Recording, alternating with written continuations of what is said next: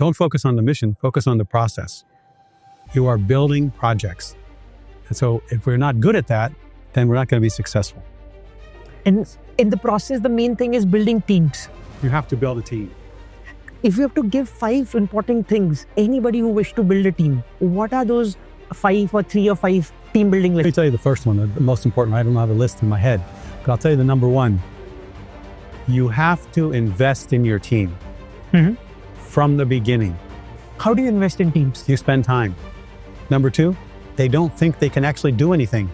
So you have to make them believe that they can do it. So you need to impart some of the basic skills of how you build teams. Simple stuff. Doesn't matter what you do. You can have ideas for team building. That's not the point. The point is do something, be committed to it, and make it happen. Because you will need your team at some point.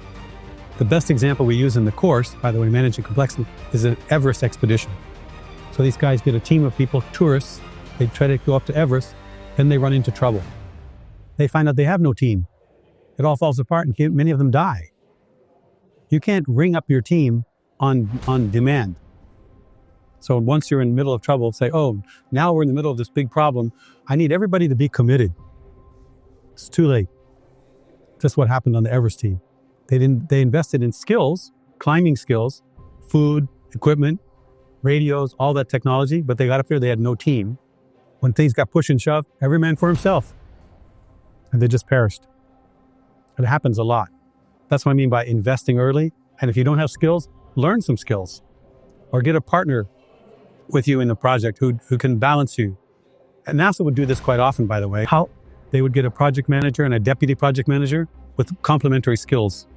One may be super technical, one may be a little bit more on the team side, so they could work together rather than one person. That's a typical approach. That would help. One of the toughest decisions that you make, and what was the reflection after it, and what was the learning from that decision? During your time at NASA or during your time, any time? Let me tell a personal story. My wife and I were looking for a house. We needed to move from Ohio to upstate New York, where I was going to enter the PhD program at Cornell. We went 2 or 3 times, could not find a house to buy. Could not agree on it, how like this was the best choice. We saw so many houses, all types and shapes. Finally, I went back home, I sat down, I said, we have a problem. We are not seeing what we're thinking.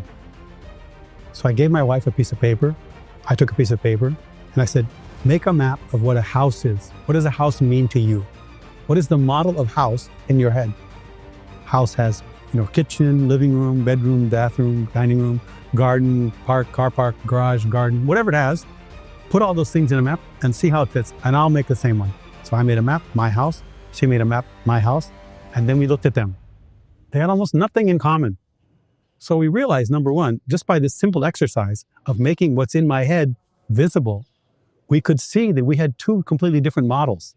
We weren't looking for one house, we were looking for 2 houses, but in the same house. Not possible. So let's make one map together, your ideas and my ideas, negotiate, compromise, discuss, and realize our goal is to make one map that says our house. What will that be like? We did. We made a map. It took some time, some negotiations. We went back to New York. Immediately we found out, because we're looking for one thing. We found out that fit those criteria. That's it. We bought it. Done. Bringing people on the same page is very important before doing anything together. Getting them to visualize their thinking is what breaks through. What would you advise for those young entrepreneurs who want to make exceptional leaders, and what would be your advice to them to learn the art of managing complexities? But simply what they can do is learn to express your models. Articulate your model of thinking. Practice showing people what you think. Doesn't matter how you do it. You don't have to do exactly the way I do it. I'm teaching one technique. Whatever works. If that works, use it. But we try to explain things to people. Give me more insights on how did you convince folks in order to, give their knowledge to you, and, then you curated them for the younger folks. Some advice on those lines. So a couple of tips. One, I mentioned to you, you have to build a relationship on some ground. Yes. So I had to find something common from my side, not expect them to come to mine. So I found something common with them. I learned what they're doing, understood their project, something that you can connect with. So you need that opening. Or sometimes you get an introduction, as you know, that's how it works. Yes. So something that you can touch on, you need that. Then you need some kind of benefit. So what's the purpose of this? It can be different for different people. Right. It can be a benefit of learning something. It can be a benefit of helping other people. People are motivated by different things. So you have all those things. And the third thing is you need to show, so what? How does it actually achieve that? I watched your show, I changed my plan, and my model of business took off. Because then people say, okay, this is a complete circle. So I understand the role I'm playing. You have A, B, C. If you give me, the circle becomes complete. That makes me feel very like that's useful.